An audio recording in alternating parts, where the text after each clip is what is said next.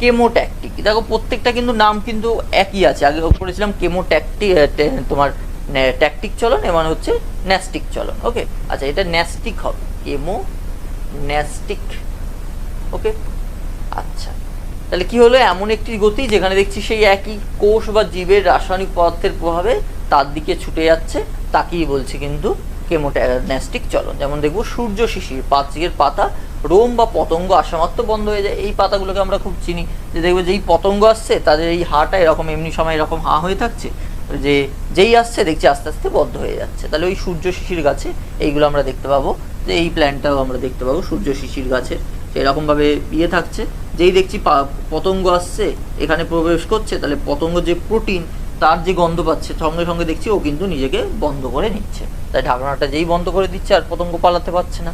তাহলে এখন দেখবো সূর্য শিশির পাতার গাছের রোম পতঙ্গ বা তার প্রোটিনের সংস্পর্শে আসা মাত্রই সেগুলোকে বন্ধ করে দিচ্ছে। ওকে।